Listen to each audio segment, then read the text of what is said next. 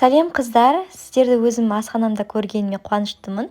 Бүгін сіздерге өте дәмді әрі балалық шақтың дәмін еске түсіретін осындай лакомкалардың рецептін ұсынатын боламын. Видеоны соңына дейін қараңыздар және менің каналыма тіркеліп алыңыздар. Кеттік. Алдымен таза ыдысқа жылы суды, жылы сүтті, кейін оған қант, тұз, ашытқы және еріген сары майды қосып, барлығын біріктіріп араластырып аламыз.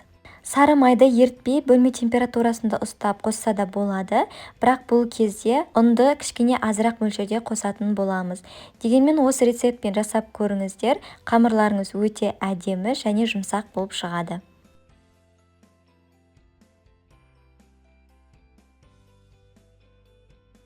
Осылай араластырып алғаннан кейін бөлек ыдыста ұнды електен өткізіп алған болатынмын.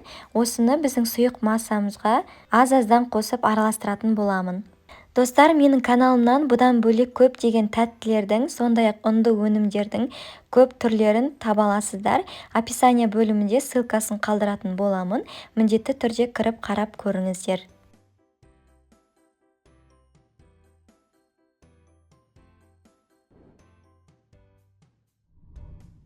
Қамырымыз осылай қоюлана бастағанда енді венчикпен емес, қолымызбен илейтін боламыз.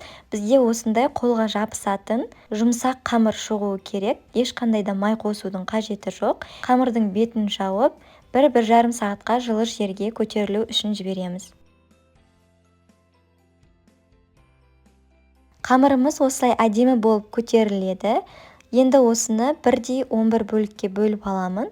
Бізде барлығы 10 лакомка шығады, ал 11-шісін мен крошка жасау үшін алып қалатын боламын. Негізі бұл қамырдан 12-13 штук лакомка шығаруға болады.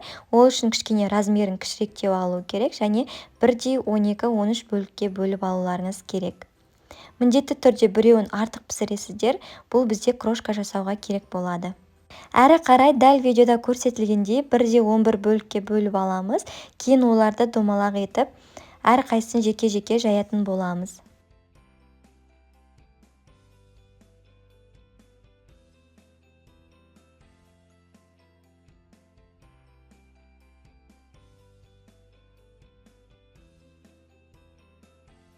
Әр бөлікті осылай жайып аламыз, қатты жұқа қылып жаюдың қажеті жоқ. Орташа қалыңдықта жайып алғаннан кейін осылай ортасынан бір бүктеп пергамент қағазына орналастырамыз.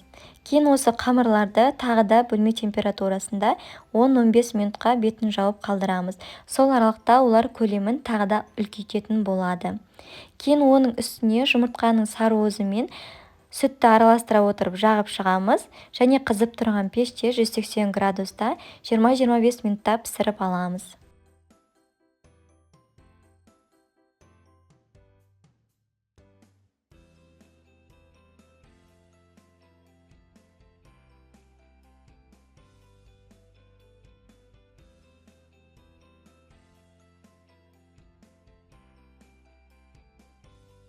Піскеннен кейін орталары жабысып қалған жағдайда пышақпен ақырын ғана кесіп алатын боламыз және бөлме температурасына дейін суытамыз.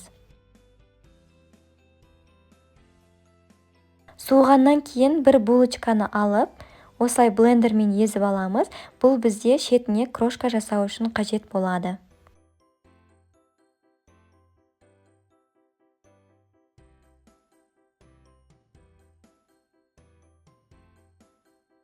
Креміне сгущенкамен жұмсақ сары майды миксермен араластырып алатын боламыз. Ұзақ араластырудың қажеті жоқ.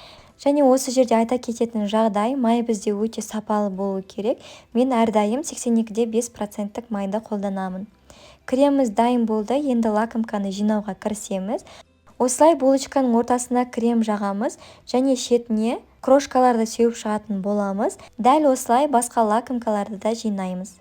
Кейін дайын болған лакомкаларды холодильникке 1-2 сағатқа жібереміз. 1-2 сағаттан кейін алып дастарханға ұсына беруге болады. Балалық шағыңызды сағынып лакомка жегіңіз келсе, дәл осы рецептпен жасап көріңіздер, сіздерге ұнайтынына сенімдімін. Менің видеом ұнаған болса, рецепт ұнаған болса, міндетті түрде лайк басып комментарий қалдыра кетіңіздер және менің каналыма тіркеліп алыңыздар. Осы арқылы сіздер қазақша контенттің дамуына өз үлестеріңізді қосып жатқандарыңызды ұмытпаңыздар. Баршаңызға үлкен рахмет және ас болсын.